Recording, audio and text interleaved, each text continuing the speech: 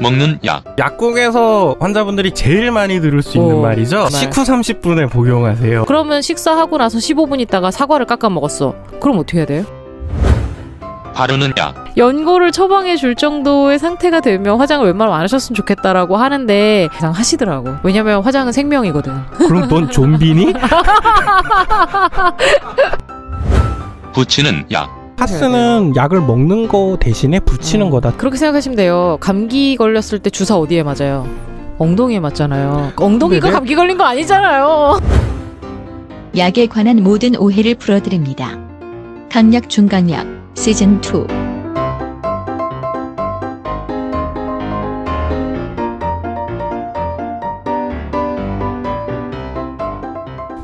안녕하십니까. 강약 중강약에서 진행을 맡고 있는 정혜진입니다.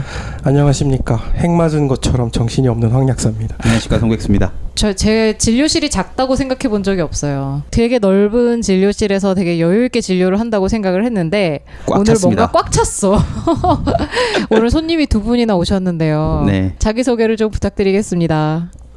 예, 안녕하세요. 저는 레젠이라고 하고 그 이전에 강약중강에 전화로도 한번 출연한 적 있었는데 서울 그쵸. 모 병원에서 특이한 전공을 수련하고 있는 사람입니다. 그렇죠. 강북에 있는 모 병원에서 뭐 원자력 핵의학을 에너지에 힘이 솟는다는.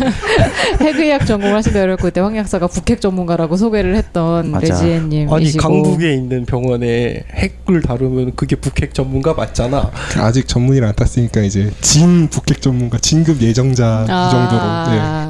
그렇군요. 진짜 아, 생소한 전공. 생소한 과죠. 그런 게 있는지도 몰랐는데. 그러니까. 아니 오늘 손님 한 분 더 오셨는데 네. 간단하게 자기소개를 네. 부탁드립니다. 아, 예, 안녕하세요. 저는 뭐라고 하죠? 소개를? 목수요. 아, 예. 뭐 목수와 비슷한 일을 전공한 오리픽스라고 합니다. 네. 오리픽스가 무슨 뜻이에요? 사실 ORIF라고 해서 네. 이제 오픈 리더션의 인터넷 픽세이션인데요. 뭐 업자용어 쓰지 네. 말고. 그냥 이제 저희가 흔하게 하는 이제 그죠. 정복 및 이제 내고 정수를 그냥 줄여놓은 말이죠. 아무래도. 그렇죠. ORIF 수술방에서 항상 많이 보는 것 같아요. 그래서 지금 옆에서 깡깡 소리 들린다는 그거야? 그렇죠. 김성근과 함께 특타를 한다는 그. 항상 좀 뭔가 하이톤의 소음이 들리는 수술방이었는데 어쨌든 정형외과 의사 선생님이신 근데 거죠? 오늘 처음 뵀는데 전혀 어. 그렇게 안 생겼어. 정형외과 의사처럼 생긴 건 어떻게 생기는 건가요? 아 이게 이렇게. 사실 이 세 분들이 더 이제 정형외과 더 잘 어울리실 것 같은 이제 이게 외모를 가지시는데 그러면은 본인 말고 정형외과 의사들은 다 비슷하게 생겼나요? 보통 이제 등치들이 좋죠. 힘이 뭐 좋아야 되나? 김태균이나 뭐. 아무래도 이제 특성 자체가 힘을 많이 이제 요하는 이제 그러고 이제 아무래도 또 그리고 무거운 걸 들어야 되고 무거운 걸 이제 때려 넣고 뭐 망치를 써야 되고 이제 그리고 사람 다리를 들고 있는 일이 많기 때문에 맞아요. 네. 인턴 때 많이 들어봤어요. 네. 보통 이제 좀 나이 드신 교수님들은 아예 힘을 좋은 사람을 더 선호를 하는 경향도 있습니다. 그렇겠구나. 시즌 2 13번째 이야기. 일부 마약.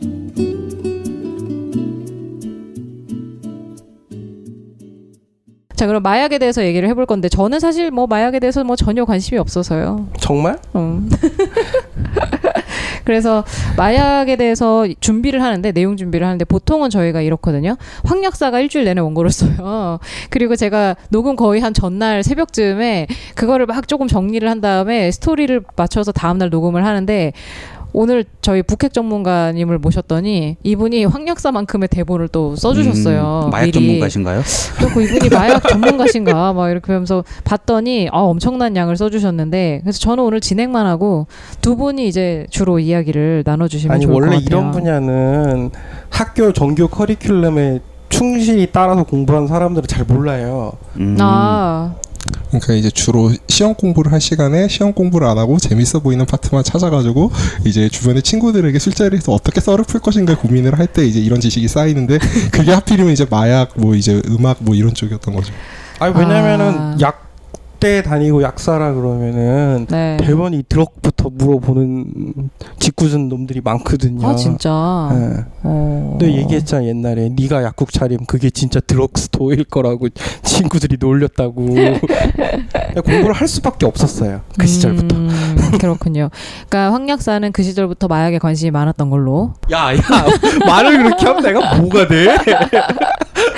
자 그럼 마약 그럼 아까 전에 뭐 이런저런 게 있다고 했는데 마약을 어떻게 분류할 수 있는 거예요? 마약의 분류? 그러니까 이게 종류? 마약이 아니라 원래 이 법 이름이 마약류 관리 무슨 뭐 특별법 지금은 그냥 법이겠다. 그러니까 마약류라고 부르는 거니까 뭔가 마약 시리즈가 있다는 얘기잖아요.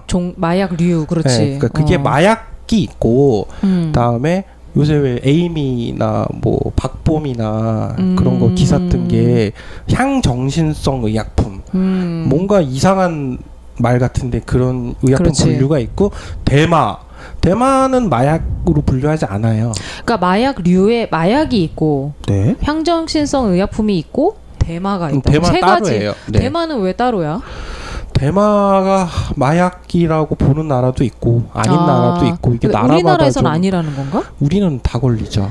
우리나라에서는 마약류 안에는 들어가 있는 거예요. 그러니까 이 마약류 관리법이라는 게 마약, 향정, 대마 세 가지를 묶어서 똑같이 취급하겠다라는 선언이잖아요, 일종의. 그렇지. 대마를 왜 마약에 못 끼는 걸까? 이게 어원 자체가 마약이라는 게 원래 사실 오피오이드의 번역이에요. 오피오이드, 아편. 아편에서 유래한 약물을 이제 마라고 한자를 쓰고요. 그게 이제 나중에 약이 붙여서 마약이 된 거고. 아 마가 그러니까는 어원이 아편이라는 거예요. 사실 여기 3이라는 뜻도 있어서 옛날에는 대마도 여기 들어갔던 뭐 그 중세 언어에는 그런 것도 있긴 해요. 근데 네. 이제 전통적으로 마약이라고 하면은 이제 아편계 약물을 이야기하고 그러다 보니까 이제 대마는 따로 관리를 했는데 사실 여기에는 그 외국 같은 경우 이 세 개로 나누는 기준 자체가 사실 유럽에서 나온 기준인데요. 유럽에서 나왔던 가장 큰 이유는 앞에 두 개 이제 향정신성 의약품은 최근에 나왔으니까 좀 빼더라도 아편계열의 약물은 옛날에도 굉장히 심각한 것으로 취급을 했지만 대만은 그렇게 심각한 것으로 취급하지 않았다는 문화적인 반영이 꽤 들어가 있는 부분입니다. 그렇구나. 실제로 약이나 작용을 봐도 대마가 마약 우리가 마약이라고 생각하면은 그걸 한 번 하기 시작하면 못 끊고 계속 갈망하다가 점점 찌들어 가서 페인이 되는 그런 걸 상상하는데 대마는 그런 거랑 좀 다르거든요. 그래서 같은 부류에 끼기가 좀 애매한데 이거는 대만은 사실 급이 우리 왜 급 나누기 잘하잖아요. 뭐 얘는 A급 얘는 B급. 대만은 잘 봐줘봐야 담배급이에요. 담배급. 네. 그래서 어떤 나라는 담배가 오히려 더 관리를 철저하게 하고 담배를 대마에 대해서는 좀 관대한 나라도 있다 그러던데. 그렇죠. 그렇죠. 그렇다고 뭐 담배를 마약류로 지정한 나라는 없는 것 같긴 한데. 근데 담배를 국가가 인정한 유일한 마약이다 이렇게 말씀하시는 분도 있잖아요. 술도 있잖아. 술이 마약인가요? 술은 지가 처먹는다고 마약이 아니다 그렇습니다. 이거지. 담배를 안 알코올 핀다고. 테라피 이런 말 모르세요? 그러니까 학생 때 이제 약물 중독 관련해서 수업 들었을 때 그때 이제 저희 학교에 마침 그쪽을 이제 굉장히 좀 깊게 하신 분이 계셨는데 그분은 그렇게 설명했어요. 마약류냐 아니냐를 구분하는 가장 좋은 기준은 이게 뇌에 영향을 줘가지고 일상생활을 바꾸면은 다 마약류고 아니면 아니다. 그러니까 술과 담배도 사실은 문화적으로 너무 오래돼가지고 그렇게 안 할 뿐인 거지. 만약에 20세기에 발견됐다면은 마약류다. 이것도 그렇게 이야기하시기도 해요. 술이 일상생활에 엄청난 영향을 끼치잖아요. 우리 송백수의 삶만 봐도 뭐 삶을 봐도 그렇고 사고도 엄청 많이 나고. 음주운전하고 막. 그러니까요. 음주운전하세요? 아니요, 제가 한다는 게 아니라. 굳이 마약류를 지정하자면은 사실은 대마보다 술이 좀 더 가능성이 높아야 되는 거 아닌가. 물론 나는 술을 마시지 않으니까요. 안 드세요? 진짜 많이 먹을 것 같이 생겼는데 안 먹죠. 행복하세요? 술 예전에 먹고 한 소주 20병까지 한 10몇 병 먹고 위가 뒤집어진 적이 있어가지고 그 이후로는 PTSD라고 해둡시다. 자, 우리나라가 마약 청정국이었다면서요. 약물 청정국? 아직도 청정국일걸? 아직까지는 청정국입니다. 아직까지는. 그 약물 청정국이 뭐예요? 유엔이 정하는데 인구 10만 명당 약물 중독자가 20명 미만이면 청정 인정. 인정. 인구 10만 명당 20명 미만. 우리나라는 지금 그게 안 된다는 거네. 우리 인구가 5천만 명인가요? 네. 수학 선생. 10만 명당 20명이면 5천만에 얼마? 잘 모르겠습니다. 수학 선생이라며. 이거는 산수의 영역입니다. 산수도 못하는데 수학을 어떻게 해? 산수는 계산기가 해주면 되고. 빨리 계산을 하라고. 우리나라가 마약에 대해서는 그래도 조금 깨끗한 청정 지역이었지만 요즘 들어서 청정국 지위가 박탈당할 것 아니 같다. 생각을 해봐. 딱 봐도 우리가 위치가 뭐 반도의 지형 이러면서 뭐 진출 얘기하고 그러잖아. 옆에 네. 중국, 저기 러시아, 음. 저기 야쿠자 있는 일본, 저쪽 동남아 뭐 중국 삼합회. 딱 봐도 마약 루트로 쓰기 좋은 나라 아니야. 그리고 우리 말고 저 북쪽 애들은 그게 자기네 먹고 사는 생명줄 중 하나인데 이게 마약 청정국이라는 게 더 이상 우리나라 경찰이 이런 건 잘하고 있다고 봐야 되는 건가? 국정원이 굉장히 열심히 때려잡아가지고 약물이 이제 우리나라 경유는 하지만 일반으로 안 퍼져서 청정국이었는데요. 국정원이 마약 같은 거 돼요? 걔들 왜요? 댓글 다는 애들 아니야? 국제범죄가 연관이 되면 국정원이 직접 합니다. 댓글 그래서 다는 애들 아니야? 예를 들어서 예전에 그 영화 보셨을지 모르겠는데 이제 범죄와의 전쟁 같은 거 보면은 야쿠자 때려잡고 그러잖아요. 그게 이제 검찰 특수부하고 국정원이 같이 연합을 해서 했거든요. 이분 직업이 뭐예요? 직업이 뭐예요? 나보다 더한 놈이 있네. 캐릭터 겹치는데요 지금? 내가 오늘 죽어주겠어. 말대봐. 오늘 잘 모셔왔네. 쉬셔도 되겠네. 오늘 쉬어도 되겠어. 나보다 더한 놈이 있어. 하여튼 그래서 이제 그 약물 청정 얘기로 잠깐 다시 돌아가면은 우리나라가 실제 약물의 유통량에 비해서는 청정하다고 알려진 거는 사실 여기 계신 분들 주변에 약하신 분들 접하신 분들 계세요? 저는 못 봤어요. 저 같은 경우에는 주변에 약을 해서 이제 걸린 사람이 있는데 그 사람들의 공통점은 클럽 문화에 익숙하고 외국에 살다 온 사람이에요. 바꿔 얘기하면 특정 집단, 특정 부류에서만 약이 굉장히 유행을 하고 있는데 외국 살다 온 사람들이 우리나라에 늘어나면서 약물 청정국의 위치가 흔들리기 시작했다고 보시면 돼요. 가수들이 꼭 대마초를 많이 하잖아요. 왜지? 그 대마초의 대표적인 특성 중에 이제 환청이 들리는 뭐 그런 게 있다고. 작곡하는데 막 음악적 영감을 개소리인지 뭐 진짜인지 모르겠는데 맞나요? 레지제님? 그 시간 감각이 이제 흐트러지면서요. 소리가 똑같은 소리를 듣는데 굉장히 늘어지게 들리고 특정 주파수 때의 음역이 잘 들리는 효과가 있어요. 그래서 음악 감상에 도움이 된다고 주장을 하는 사람들이 있죠. 경험담인 줄 알았네. 설마. 요새 브레이킹 배드라고 이제 미국 드라마에서 거기서 메스암페타민을 만드는 이제 그런 걸 보면서 우리나라에서도 있었죠. 약국 돌아다니면서 네, 슈다패드 사다 들어갔고 사들어서 그래서 이제 우리나라판 브레이킹 배드라고. 브레이킹 배드가 드라마 제목인가요? 네, 미국에서 굉장히 유명한. 꽤 유행했던 드라마인데요. 지금 종영을 했는데 그래요? 화학교사가 은퇴를 사실상 강제로 하게 되면서 자기의 지식을 살려서 돈을 벌어야 됐는데 그 지식을 어떻게 살렸냐면은 약을 가지고 약을 만드는 걸로 이제 하는 그런 내용이에요. 그래서 이제 평범했던 남자가 범죄에 물들어가는 그런 장면을 이제 그린 드라마인데 그러니까 거기 드라마에서 슈도에페드린을 사들여서 필로폰 메스암페타민이 필로폰이잖아요. 필로폰을 제조를 하는 게 나오는데 실제로 우리나라도 그런 이슈가 있어서 슈도에페드린 단독 제재 약국 판매를 지금은 안 하고 있죠. 처방약으로만 팔게 바뀌었죠. 처방약으로만 다 바꿨죠. 혼자서 이렇게 쿵짝쿵짝해서 이 약을 저 약으로 바꾸는 과정에서 마약을 만드는 사람들도 있다더라. 하지만 요새는 그렇게 못하기 위해서 모든 걸 다 관리를 하고 있다라는 거를 방송 듣고 괜히 엄한 시도하지 마시고요. 우리나라가 이 관련 법이 꽤 빡센 편이에요. 그래? 얼마나 빡세면 처방도 맘대로 못하게. 맞아요. 우리나라는 마약과 관련돼서 향정신성 의약품은 병원에서 처방을 해서 약국에서 약이 나가는 과정에 그 개수가 다 철저하게 관리가 되거든요. 그래서 약국에서 하나라도 잃어버리거나 로스가 나면 야야야 좀 무서운 얘기 하지 마. 맞다. 과장님. 사실 이거 제 경험담인데 저 같은 경우 이제 환자한테 제가 직접 이제 몰핀계 약물을 주사를 할 일이 있었는데 하다가 실수로 앰플을 깨먹어가지고 이거 문제야. 그럼 어떻게 됩니까?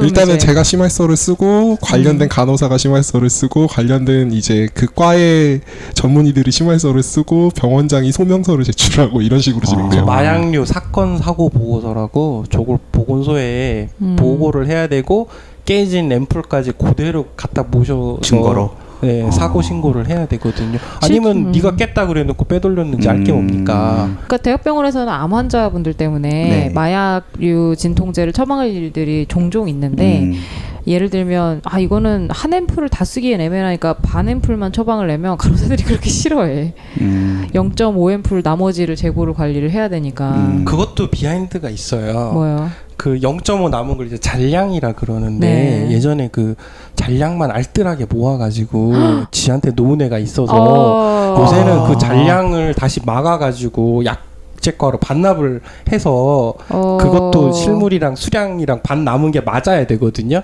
그러니까 싫어하지. 싫어해. 그래갖고 아니 그럼 반 알짜리 만들어주든가. 아니, 반 앰플짜리를 그 약값이 원가가 얼마 안 하기 때문에 그러니까 그렇게 다양하게 만들었다간 제약회사가 마약 제조한 제약회사 몇 개 없거든요.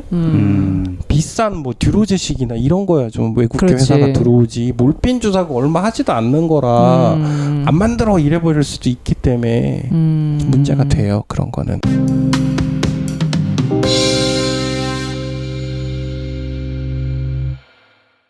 자, 마약에 대한 얘기를 하면 저희가 빠짐없이 따라오는 키워드가 있죠. 중독. 송백수가 좋아하는 오버도즈. 오버도즈. 네. 우리 엑소의 네. 중독 오버도즈. 네. 제가 그때 드립으로 한번 친 건데 두고두고 써먹고. 저는 근데 그래서 중독하면 오버도즈밖에 생각이 안 나요. 큰일 그 났네, 뒤에 이거. 제대로 말씀하셨던 거는 기억이 하나도 안 나고. 중복 오버도즈는 잘못됐다는 건 알겠는데 하여튼 중독하면 오버도즈야. 그거밖에 기억이 안 큰일 남아요. 났네. 다시 잘 정정해 주십시오. 네. 침대는 과학인메다 수준인데 이거. 그러니까 중독이란 단어가 있고 내성이란 단어가 있고 의존성이란 단어가 있어요. 그래서 금단 증상까지. 증상이란 단어가 있고 이 네 가지를 좀 잘 알아야 되는데 중독에 보통 저희가 의학적으로 사용하는 개념은 인톡시케이션이라고 그 뭔가 그 특정 물질을 굉장히 많이 한꺼번에 빵 하고 때려 부었을 때 나타나는 그런 신체적인 증상들을 중독 증상이라고 표현을 그거 저 해요. 무협지 같은 데서 서독 구양봉이 독을 몰래 먹여가지고 그게 그 중독 아니야?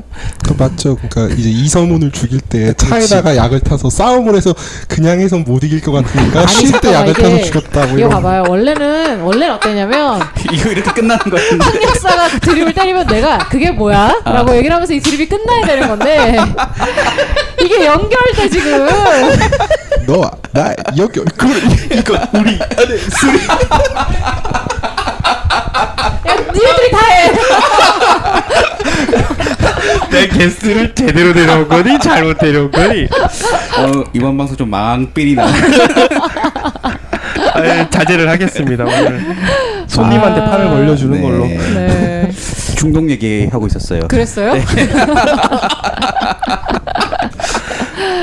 아니 네. 이분 우리 고정 패널로 모시려고 했는데 몸값이 캐릭터 비싸요. 겹쳐. 몸값이 비싸. 비싸면 레지던트 못가 얼마 한다고. 겸업금지에 대한 위험수당은 줘야지. 그러니까 돈 받는 일은 못 하시는 거잖아요. 그러니까 돈 안 받고 하면 되는 거 아니야? 돈은 기록에 안 남게 받고 일을 하는 건 괜찮아요. 편집하지 말고 그대로 딴 다음에 알겠습니다. 예. 기록 증거로 남겨놔. 지금 계신 병원에다 보내면 되나요? 보내면 되지. 뭐 말년이 내지어서 어쩌겠어. 자, 중독. 네. 네. 우리 드립 전문가께서 중독 설명을 좀 해주시죠. 글쎄요, 저도 사실 이게 거의 벼락치기로 공부를 한 건데, 이제 중독이라는 말이 아까 말씀하신 이제 인톡시케이션과 독성이 있는 것을 먹어서 생기는 어떤 신체적인 안 좋은 증상들, 그런 걸 이제 중독이라고 원래는 하고. 20알 한꺼번에 먹는 뭐 그런 건가 봐요. 네. 그것도 있고 뭐 사약을 먹으면 죽는다. 그런 거는 이제 수면제 사약에 대한 20알 먹는 게 중독인 그게 거고. 오버도즈잖아. 그건 오버도즈지. 그래요? 수면제를 20알을 먹으면 오버도즈고 20알을 먹어가지고 의식을 잃으면 인톡시케이션이죠. 그렇군요. 그런데 이제 우리가 보통 생각하는 그 일반적으로 생각하는 중독이라는 거는 어딕션. 네, 뭔가 나쁘다는 걸 알고 있음에도 계속 손이 가는 현상. 이 어딕션을 오히려 심리학 쪽에서 더 많이 쓰더라고요. 그 영어를. 나쁜 남자를 계속 만나고 싶어하는 여자의 심리 같은 거. 그것도 어딕션이죠. 이런 거야. 알코올, 진짜예요 이거는. 알코올 중독 이렇게 얘기하잖아요. 그 알코올 중독 같은 경우도 나중에 뒤에 얘기가 나오겠지만 뭐 알코올 의존 장애, 알코올 금단 증상 이런 식으로 그러니까요. 사실 분류를 해요. 알코올 중독이라는 말은 그죠. 엄밀하게 따지면 의학적인 아닌 용어는 거죠. 아니에요. 그러니까, 네. 그렇죠. 그러니까 사람들이 중독하면 알코올 중독의 그 느낌을 중독이라 생각하는 거잖아요. 실제적으로. 근데 사람들이 생각하는 알코올 중독도요 사실 여러 개예요. 알코올을 먹고 예를 들어서 신입생이 사발식을 하고 응급실에 왔다. 이것도 알코올 중독이고요. 아 그렇게 중독이 생각 안 하는데 저희는 손 떨리는 그 아저씨들 그거는 알코올 금단 증상. 그걸 중독이라 이게 내가 해봐서 아는 건가? 송백수? 그러니까 자기가 술 먹고 의식을 잃어봤지만 나는 중독자가 아니라고 우기고 있는 거지 지금. 술은 마셨지만 음주운전은 안 했다고? 그러니까 술을 많이 마셔서 의식을 잃고 구토를 하고 막 이러는 것은 일반적인 사람들은 아 그거는 중독은 아니고 취한 거지라고 그렇지, 생각을 과음한 하겠지만 그 취해서 나타나는 현상을 저희가 보통 중독 증상이라고 표현을 하고요. 그다음에 사람들이 많이 알고 있는 중독은 오히려 이제 저희는 의존, 알코올 의존이다라고 표현을 하죠. 그리고 여기서 또 의존이라는 것은 그럼 무슨 단어냐? 의존이라는 거는 뭔가 내 의지로 중단하기 어려운 상황. 그대 없이는 못 살아. 요거죠. 담배 같은 거요? 네, 담배도 마찬가지고 담배는 이제 니코틴과 관련된 그런 의존 증상이 카페인 나타나는 뭐 이런 거고. 거. 그렇죠. 카페인도 있고 우리가 일상적으로 많이 의존하는 애들이 니코틴, 카페인, 알코올. 걸그룹. 아이 하니까. 자, 그 의존이라는 거는 그래서 내 노력이나 의지로는 그거를 멈출 수 없는 건데 사실 의존에도 육체적인 의존, 신체적 의존이 있고 심리적 의존이 있어요. 그래서 신체적 의존이라는 게 저희가 보통 일반적으로 말하는 의존이고요. 이것의 약물적인 특징 때문에 이것을 멈추면 금단 증상이 나타나서 도저히 이거를 멈출 수 없게 되는 상황이 나타나는 것들 그런 약물들이 있죠. 대부분 저희가 생각하는 의존은 신체적 의존이 맞물려 있는 경우가 많고요. 심리적 의존도 좀 있는 경우가 있는데 저는 사실 담배가 두 가지 다 있는 것 같은데 담배가 보통 얘기하는 니코틴 의존의 금단 증상은 담배를 끊고 나면 한두 달 이내에 사라지거든요. 근데 그 담배는 분명히 3달 뒤, 4달 뒤에도 사람들이 자꾸 그거를 피고 싶어 하고 다시 피우게 되는데 그 한두 달 이후의 것들은 나는 심리적인 그 행동 자체에 대한 의존인 것 같다는 생각을 해요. 행동에 대한 의존이 맞죠. 그렇죠. 실제로 흡연에 대한 그 중독 모델을 보면은 물질에 대해서는 크게 신경 쓰지 않아요. 왜냐하면은 말씀하신 대로 금단 증상 시간 지나면 괜찮아지고 특히 니코틴이라는 약은 몸에 들어가면은 굉장히 금방 사라져 버리기 그렇죠. 때문에 큰 문제가 되지 않는데 오히려 이제 행동 자체 불을 붙인다, 입에 문다, 아니면 뭐 거북선을 만든다, 뭐 이런 일련의 행위가 전부 다 이제 문제가 되는 거죠. 떨어져라 똥똥 이런 거? 그거 말고. 자, 그리고 금단 증상이라고 하는 게 아까 송백수가 얘기한 이제 술을 안 먹으면 막 손을 손 떤다던가 떨리고. 담배를 안 피면 막 짜증이 막 솟구친다던가 뭐 졸음이 막 쏟아진다던가 그리고 또 뭐가 있을까요? 커피를 안 마시면 뭐 머리가 아프다던가 그런 여러 가지 금단 증상들이 있는데 보통 금단 증상 때문에 대부분 다시 시작을 하게 되죠. 마약류도 그렇다는 얘기죠. 네, 그러니까 마약류도 기본적으로 저희가 마약이라고 지정을 하는 이유 자체가 일단은 과용이 들어갔을 때 신체 정신적으로 굉장한 피해가 있고 중독이 있고 그 다음에 그것을 의지와 노력으로 쉽게 끊을 수 없는 의존성이 있고 그리고 끊었을 때 금단 증상이 생기는 것들이 많다 보니까 얘네들을 이제 마약이라고 또 관리를 하는 거고요. 사실 나타나는 그런 중독 증상들이 보통 담배나 술보다도 훨씬 상회하죠, 애들이. 급이 다르죠. 급이 달라서 아마도 이 마약을 했을 때 나타나는 신체 정신적인 증상들 때문에라도 얘네들을 더 관리를 하는 게 아닐까. 그 이제 마약 중독에 대해서 그 정치적 법적으로 합리화를 어떻게 하냐면은 마약을 사용하는 본인이 일상생활이 불가능할 정도로 삶이 피폐해지고 이거를 돌이키기 위해서 혹은 약을 구하기 위해서 타인의 삶을 피폐하게 만든다라는 이유 때문에 금지를 해요. 근데 어떤 방식으로 본인의 삶을 피폐하게 만드느냐를 이제 의학적으로 얘기를 할 때 아까 말씀드린 중독이니 내성이니 의존성이니 금단 증상이냐는 걸로 분류를 하는 거라고 보시면 됩니다.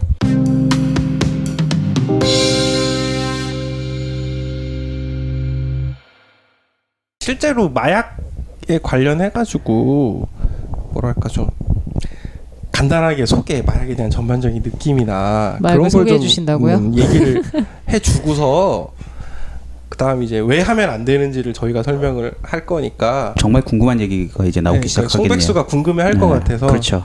뭐가 궁금해요? 그 예를 들어서 필로폰을 하면 뭐 어떤 기분이 나고 어떤 증상이 나타나서 뭐 그건 우리 다음 시간에 할 거야. 아 그래요? 아쉽다. 오늘은 그거에 들어가기 전에 네. 간단하게 좀 마약류를 대하는 우리의 자세에 대해서 우리 북핵 전문가께서 간단하게 소개를 해주실 예정입니다. 전문 핵인데 왜 약을 설명하는지 모르겠지만 하여튼 이제 앞으로 그 이제 여기 있는 사람들끼리 이제 마약에 대해서 간단한 이제 실제 약물이라든가 어떤 증상이 나타나는지 이야기를 할 건데요.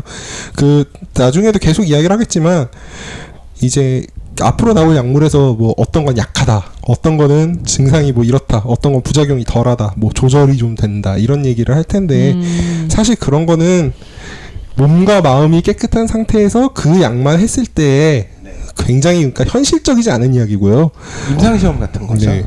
실제로는 예를 들어서 내가 헤로인을 하면은 대마가 옆에 있으면 대마도 필 거고 술이 있으면 술도 마실 거고 그럴 거란 말이에요. 섞어서 써요. 그리고 약물의 부작용은 대부분 섞어 먹으면서 나타나게 됩니다. 그렇기 때문에 실제로 예를 들어서 대마 같은 경우 뒤에 나중에 이제 상대적으로 안전한 얘기를 하겠지만 실제로 대마가 사건 사고를 유발하지 않냐면 유발해요. 대마 왕창 피고 술 왕창 먹으면은 그것도 굉장히 위험한 증상으로 이어질 수 있죠. 예. 그래서 꼭 이제 그런 거를 생각을 하셔야 되고요. 특히 그러니까 저희가 마약류에 대한 어떤 그 하나하나 설명을 할 때 이 마약은 비교적 뭐 중독 증상이 약하고 의존성이 약할 수 있다라고 하지만 사실 하나만 하는 놈은 없기 때문에 그렇죠. 예, 문제가 될 수 있다. 현실은 다르다는 거죠. 저희가 뭐 진통제 얘기도 하고 소화제 얘기도 하고 다 얘기를 했지만 스틸록스 얘기도 사실은 문제였던 게 실제로 그거 하나만 받아먹고 있는 게 그렇지. 아니니까 문제인 거잖아요. 그리고 또 마약이라는 게 저희는 이제 성분 중심으로 이야기를 하겠지만 실제로는 마약은 다 불법 유통이 되는 게 대부분이잖아요. 예를 들어서 합법대만 우리나라에서 구할 수 있나요? 못 구하거든요. 예. 그렇기 때문에 불법으로 유통이 되니까 파는 놈이 이상한 거를 섞어서 파는 경우가 많습니다. 아 진짜. 예를 들어서 대마 같은 경우에 사실 이게 농작물이잖아요. 퀄리티 컨트롤이 안 예, 되는 거구나. QC가 안 되는 거죠. 그래서 그 이제 방부제나 농약 같은 걸 왕창 뿌려서 배를 태우면은 덜 상하니까. 근데 그거를 내가 피우면은 결국 나는 이제 농약연기나 제초전기를 쭉 마시게 되는 것이고. 마약에서도 농약이 나와. 그렇게 되는 거죠. 아 몸에 더 안 좋겠네. 아니 세상에 믿고 할 만한 게 아무것도 없어. 정말로 심각한 건 이건 실제로 미국에서 굉장히 자주 벌어진 일인데요. 헤로인은 주사를 하는데 네. 하얀색 가루잖아요. 네. 그러니까 뭐를 하냐면은 시멘트 빻아가지고 헤로인이라고 거짓말을 하고 팔아버려요. 어머. 혹은 섞거나. 조금 섞어도 예. 모르겠다. 모르죠. 그러면서 이제 얘는 그만큼 헤로인을 빼돌리니까 상대적으로 이기고. 단가가 이제 떨어지는 그런 아니, 시멘트가 장점이 물에 있고. 녹아요? 시멘트를 촉매를 사용을 하면 일부분은 녹일 수가 있어요. 이 사람 어디까지 아는 거예요? 근데 진짜 전문가 같으신데요? 왜 그래요? 원래 키보드만 잡으면 다 전문가가 돼요. 아니 그러면 헤로인이라고 그 비싼 돈을 주고 샀는데 시멘트인 거야? 아니 상식적으로 생각을 해봐. 그걸 유통하는 놈들이 다 범죄 조직이잖아. 그러네. 그러면 얘들이 사기는 디폴트로 깔고 가는 거 아니겠어? 아 그러면 그 시멘트 가루 들어가서 어떻게 그 사람은 어떻게 하지? 나는 죽어야지. 그 이제 뭐 혈관 막으면은 아. 폐색전증, 심근경색, 뇌경색 뭐 이런 거죠. 아 그래서 더 안 좋겠구나. 네. 마약이 근데 저만 해도 의사고 여기 이제 의사가 몇 명이야? 3명인데 실제로 우리가 일상적으로 접할 일은 처방할 때 빼고는 없는 거잖아요. 근데 주로 우리가 마약 얘기는 뉴스에서 접하게 된단 말이에요. 그래서 이 마약은 정말 사회적인 문제인 것 같아요, 그죠? 우리 정치사회 전문가 모시고 다시 한번 왜 또 나야? 마약과 정치의 관계에 대해서 또 만물 박사세요? 썰을 풀어주시죠. 그 이제 마약의 속성에 대해서 잠깐 이제 이야기를 해봐야 되는데 이게 그 저희가 다루고 있는 거는 이제 의료 혹은 이제 약학 이런 쪽의 이야기이긴 하지만 실제로 이 약이 마약이다 아니다를 결정하는 분은 의사도 아니고 약사도 아니에요. 그럼요. 국회의원 혹은 경찰 혹은 검찰. 그래요? 네. 나도 몰랐다. 정치 권력자죠. 법에 의해서 이것은 마약류다라고 분류되면 마약이고 아니면 아닌 거예요. 저희가 아까 대마랑 담배 얘기했던 거랑 같은 맥락이죠. 그래서 그 수많은 약쟁이들 중에 창의성이 뛰어난 사람들은 아직 법으로 규제되지 않은 약들을 계속 찾아 헤맵니다. 그 이제 몇 개 있어요. 식물 중에 그런 것들이 있어요. 환각 성분이 있는데 그동안 알려지지 않았던 식물을 아니면은 성분은 있지만 양이 적어서 몰랐던 거를 양을 늘리는 방법을 찾는다거나 이런 식으로 법을 피해갑니다. 그건 현행법 위반이 아니네요. 그렇죠. 해본 거 아니야? 저는 안 해봤습니다. 저는 그거 어떻게 믿어? 아니 아까 시작할 때 뭐 마약 공소시효가 7년이라고 말씀하신 거 보니까 7년 전에 해봤다는 얘기죠. 그렇죠. 아니까요. 지금- 전혀 저는 그런 적이 지금 없습니다. 공소시효가 아직 안 지났기 때문에 말씀을 못 하시는 것 같아요. 왜 그래요? 그래서 특히 이제 마약이라는 거는 이미지 자체가 워낙 사회적으로 안 좋기 때문에 바꿔 얘기하면 어떤 정치적인 카드로 사용되기도 굉장히 쉬워요. 그렇지. 대마초 파동, 뭐 범죄와의 전쟁, 아니면 최근에 이제 뭐 졸피데미, 프로포폴이냐는 연예인들을 어떤 때려잡았던 그런 성분들 이런 것들은 의사들이 혹은 약사들이 이런 약이 지금 사회에 횡행해서 수많은 사람들을 고통받게 하고 있으니까 법으로 제정해서 막아달라 이렇게 얘기해서 된 건 아니거든요. 특정한 누군가가 이거를 때려잡았을 때 사회적으로 어떤 도움이 되겠다 혹은 나한테 도움이 되겠다라고 생각을 해서 그런 것들이 특히 단속이라는 게 그렇게 이루어지게 되고요. 마티즈가 온 것 같아. 아직 올 때 안 됐어. 좀 지나고 올 것 같아. 이거 제가 지금까지 얘기한 거는 괜찮아요. 이 뒤는 모르겠는데 아직까지 괜찮은데. 그래서 어떤 정치적 사회적 요소에 의해서 예를 들어서 마약과의 전쟁을 하는 정치가가 있다라고 하면은 표를 주고 싶어하는 사람이 늘겠죠. 그러니까 어떤 자신의 도덕적인 이미지를 가지고 싶은 정치가가 범죄와의 전쟁, 마약과의 전쟁 이런 걸 선언을 합니다. 두테르테 같이요. 두테르테가 대표적이죠 지금. 약쟁이를 때려잡아가지고 자신의 어떤 부정한 권력의 그런 뭐 획득이라든가 승계라든가 이런 것들을 이제 피해가는 그런 거를 필리핀에서 지금 하고 있고 세계 여러 군데에서 여러 시대에 걸쳐서 일어나고 있는 일이에요. 네, 뭐 우리나라는 아직 그런 적이 없을 거라고 그렇게 믿어 의심치 않지만. 네, 뭐 그렇습니다. 네. 좀 안 오죠 아직. 다들 지금 문을 누가 두드리는 거 아닌가. 왜 침묵이 생긴지 알겠죠? 여기 끼고 싶지 않은 거예요. 살려줘요. 나만 갈 순 없잖아. 저희가 이래서 게스트를 모셨습니다. 다음 얘기 계속 하시죠. 그래서 이제 실제 사례 아까 두테르테 얘기도 잠깐 나왔지만 제일 유명한 사례는 이제 60년대 70년대 영국이나 미국 저 히피라는 문화가 제일 유명합니다. 히피. 예, 이 사람들은 그러니까 굉장히 뭐랄까 좋게 얘기하면 평화주의자고요. 나쁘게 얘기하면은 비현실적인 감각을 가진 사람들인데 이 사람들이 이제 베트남전에 대해서 반대를 했어요. 베트남전에 대해서 반대를 하고 그래서 뭐 이게 도시 문화의 문제다 그래서 도시를 떠나고 그렇지. 그래서 이제 자연으로 된 마약을 찾아서 즐기고 뭐 음악도 이제 관련된 음악들이 유행하고 그랬는데 미국 영화들에 많이 나오죠. 포레스트 검프에도 나오고.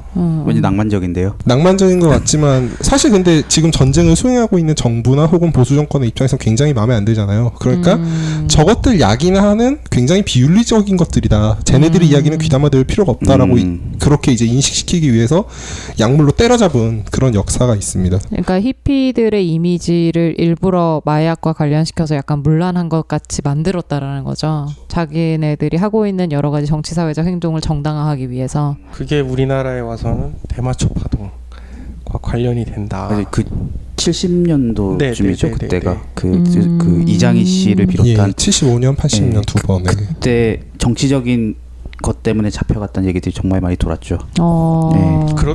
그랬을 것이라고 추정되는. 그렇죠. 우린 그랬다고 한 적은 없습니다. 그랬다고 한 적은 없어. 그렇지. 이제 좀 잘 나와 있는 거는 이제 영화 세시봉 아니면 이제 고고 세븐티스 이게 이제 이거 관련해서 묘사가 잘 나와 있으니까 그걸 참조하세요. 저희는 더 이상 이야기할 수 없습니다. 그 왜 저 긴 하루 지나고 언덕 저편에서 오실 것 같은 그분 있잖아. 그분 좀 유명하죠. 그분이 좀 유명하죠. 네. 네. 인권 운동 하셨을 것 같은 그분. 난 누구라고 말하지 않았어. 누군지는 저도 잘 모르겠지만 하여튼 뭐 그 당시 그런 가수들의 인터뷰를 보면은 문화가 지금이랑 확실히 다르긴 해요. 예를 들어서 그때 이제 70년대 잡혀가신 분 같은 경우에 인터뷰에서 뭐라 그랬냐면은 옛날에 그러니까 한 70년대 초반 혹은 60년대 후반에 우리나라에서도 방에서 기타 치면서 작곡하다가 안 떠오르면은 길바닥 나가서 친구한테 대마 얻어서 피고 다시 들어와가지고 작곡하고 그런 게 일상적이었다는 이야기를 여러 차례 증언을 하신 바가 있어요. 그때만 해도 대마 유통이 지금보다는 편했겠네. 안 잡아갔으니까요. 그때는 안 잡아가니까. 네, 대마법이 없었고. 대마법이 몇 년에 생겼니? 76년에 생겼잖아. 얘네들 때려잡으려고 74년, 72년 얘기니까. 법을 만들고 줄줄이 구서. 그러니까 이것도 좀 웃긴 게 찾아보면은요. 잡혀간 사람들이 대부분 75년에 대부분 잡혀가는데요.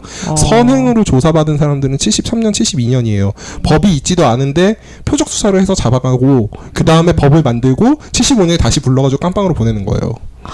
그게 그래서 이게 대마초 파동이라는 말이 나왔던 이유가 그런 거고요. 잡아 보내놓고 법은 나중에 만든다. 잡아서 털고 뭔가 그럴듯해 보이는 게 있으면은 법을 올린 다음에 너 고소 이래가지고 70년대 대통령분이 누구셨죠? 그거 헌법 위반인 것 같아요. 본래 법은 불리한 쪽으로 소급 적용이 안 되는 걸로 제가 아는데. 그러니까 그 시절 그게 대통령이 되면은- 누군지를 알면은 그리고 헌법이 지금이랑 다르잖아요. 그러네. 그 저 어떤 뭐 말 모가지를 땄을 것 같은 장군님 그 헌법 말하는 거죠? 난 누구라고 하지 않았어? 저는 무신론자입니다. 넘어가시죠. 아니 우리 방송이 언제부터 이랬어? 우리 지금 되게 고품격 의학 방송인데 이제 해적 방송하는 느낌이 지금 나고 있어. 이게 그래서 지하에서 지금 말이야 뭐야? 게릴라 라디오 뭐 지하에서 이런 김구라 셋이 방송하고 있는 거.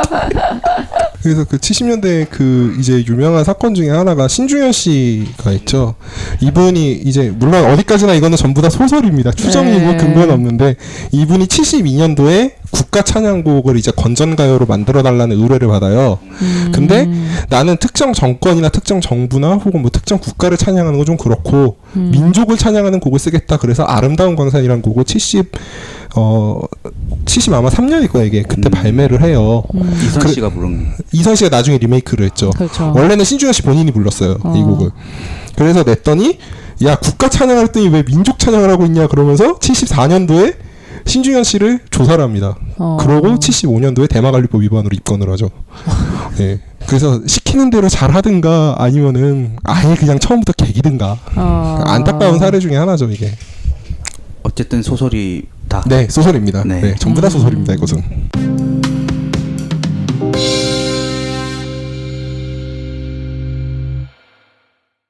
그 이제 사회 이쪽 얘기를 좀 더 하자면은 이제 뭐 우리나라 얘기는 그렇다 치고 중남미의 마약 카르텔이라고 들어보신 분 있으세요? 아니요. 카르텔? 마약 자주 카르텔. 나오는데 군벌이랑 그들이 이제 마약을 재배하고 파는 유통망을 장악을 해가지고 그걸로 자금 끌어다가 쓰고. 그러니까 거의 준 정부의 이제 정부에 준하는 무력기관이 군벌이죠. 얘네가 돈을 벌어야 되잖아요. 그러니까 이제 남미의 그 따뜻한 열대 기후를 이용해서 다양한 종류의 약을 키워요. 쉽게 자라니까. 그리고 그거를 이제 주로 미국으로 팝니다. 코카 같은 경우가 기후가 그쪽에서만 자라는 기후라서 양귀비도 아열대에서 굉장히 잘 자라고요. 그러니까는 중남미에서는 마약을 직접 생산해서 예, 유통을 하고 그 유통을. 돈을 가지고 중남미도 그렇고 제가 앞간에 있었던 얘기했잖아요. 거기도. 그 탈레반들 주수입원이 아편이거든요. 이게 그러니까 저기 뭐야 공공연하게 되는 거예요? 대놓고 되게 공식적으로?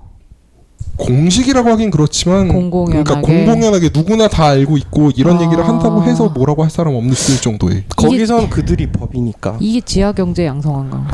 거기선 그게 지하가 아닌 거죠. 그 나라에서는. 그걸 부러워해서 그런 말씀 아닙니다. 하지 마. 지하 경제 활성화 뭐 그런 말씀 아닙니다. 그 이게 굉장히 좀 심각한 문제가 되는 이유가 뭐냐면 중남미 쪽 같은 경우에는 이 군벌들이 얼마나 세냐면요. 시장이 때려잡겠다고 하니까 시장을 죽여버려요. 어머. 예. 멕시코만 해도 멕시코잖아요, 그런데 그게. 뭐, 무섭다. 그 정도로 힘이 강력한데 그 힘이 결국 돈이거든요. 무기를 가지고 사람을 사야 되니까 그 돈이 어디서 나겠어요? 마약에서 나와요. 그 마약을 만들어서 그렇게 미국으로 파는데 그럼 미국이 이거를 왜 안 때려잡냐? 일일이 전쟁을 다 할 수도 없다는 것도 있지만 실제로 CIA 같은 경우에는 의도적으로 중남미 쪽하고 그런 연계를 가지고서 얘네가 일정 수준 정도만 팔 수 있도록 그렇게 조절을 하는 그런 것도 실제로 여러 차례 적발된 바가 있어요. 그리고 미국 같은 경우 이제 기밀문헌 해제라 그래가지고 아마 20몇 년 혹은 30년 이렇게 지나면은 어떤 문서건 다 해제를 해야 되는데 매년 해제가 될 때마다 하나씩 걸린다고 생각을 하셔도 될 정도로 굉장히 그런 유착관계가 심해요. 그리고 이제 이거는 이제 국제적인 문제고 국가 내에서만 봐도요. 이게 그 굉장히 어떤 그 사회 특수성, 특히 뭐 인종 문제가 있는 곳이라든가 이런 곳에서 약물하고 연관된 경우가 꽤 많습니다. 예를 들어서 나중에 다루게 될 이제 코카인이라는 약이 있는데 코카인이 크게 봐서 두 종류가 있어요. 하나는 이제 파우더 코카인, 분말로 돼 있는 약이 있고 하나는 크랙이라고 해가지고 주로 이제 흡연을 할 때 쓰는 예, 약이 있어요. 크랙은 들어보셨을 거예요. 네, 그 의사 코로 하시는 이렇게 분들이면. 하고 이렇게 영화에 보면 그건 둘 다. 아, 둘 다요? 코로 그렇게 하는 건 둘 다고 크랙은 이제 주로 그러니까 파우더를 못 하고 크랙으로 하는 거는 이제 그 뭐라고 해야 돼? 파이프 같은 데다가 넣어서 라이터로 아. 지져서 증기화를 시킨 다음에 그걸 빨아먹는 그런 거를 이제 크랙에서 주로 하게 되는데요. 왜 이렇게 묘사가 자세해? 아 이거 영화에도 많이 나왔어요. 이거. 해보신 것 같다는 아니라 느낌이 내가 해봐서 아는 데가 그래서 근데 이게 파우더 코카인은 백인들이 주로 하고요. 비싸고 약효도 굉장히 세고. 근데 크랙은 약효도 상대적으로 약한 편인데 흑인들이 주로 해요. 어느 게 더 좋아요? 뭐 어떤 정도로? 당연히 비싼 게 좋은 거죠. 근데 처벌은 크랙이 더 셉니다. 파우더에 비해서. 왜죠? 크랙이 더 싸게 유통되기 때문에 사회적으로 안정성을 해친다라는 게 공식적인 이유지만 네. 실제로 이게 인종차별적 요소 때문에 흑인들을 더 때려잡기 위해서 크랙에 대해서 처벌을 강화했다라는 주장을 하는 사람들이 흑인 약쟁이 중에 많아요. 이거는 그런 주장이 있는 거죠. 뭐 근데 이거는 논문으로도 제가 그냥 간단하게 검색만 해봐도 100건이 넘게 나오더라고요. 이거는 그러니까 굉장히 논란이 심한 주제고 그렇게 의심하는 사람들도 적지 않은 그런 부분이 있습니다. 그래서 이제 뭐 우리나라는 워낙 연구가 적긴 하지만 미국 같은 경우에는 이게 지역적, 사회적, 문화적 그런 요소들이 약과 관련해서 워낙 다양하게 있고 그리고 법안 제정에 관련이 되기 때문에 이 약물이라는 게 사실 의학적으로만 다루긴 굉장히 어려운 주제고요. 사회적으로 굉장히 깊이 개입돼 있는 복합적인 요소다라고 보시면 되겠습니다. 그렇죠. 이게 뭐 마약은 저희가 지금까지 해왔던 여러 가지 방송들 중에서 사회적인 이슈가 더 큰 것 같은 그런 주제이고 그러다 보니까 오늘 저는 부쩍 할 말이 없네요. 약 방송이 아닌 것 같은. 네. 괜히 이 덕후 게스트를 모셔온 게 아니죠. 오늘 황약사 1, 황약사 2와 방송을 하고 있는 그런 느낌이고 이제 본격적으로 마약의 종류에 대해서 자세하게 얘기를 해봐야 되는데 다음 시간에 천연 마약과 관련된 이야기를 다시 좀 나눠보고요. 우리 사실은 한 주에 두 가지씩 녹음을 하다가 요번 주는 이제 마약에 대해서만 세 꼭지를 준비를 했는데 그 다음 주에 녹음할 방송은 약물 오남용과 관련된 거거든요. 그래서 궁금하신 거 있으면 메일 주시면 되고요. 자, 그럼 저희 다음 시간에 천연 마약과 관련된 얘기로 다시 찾아뵙도록 하겠습니다. 감사합니다. 감사합니다.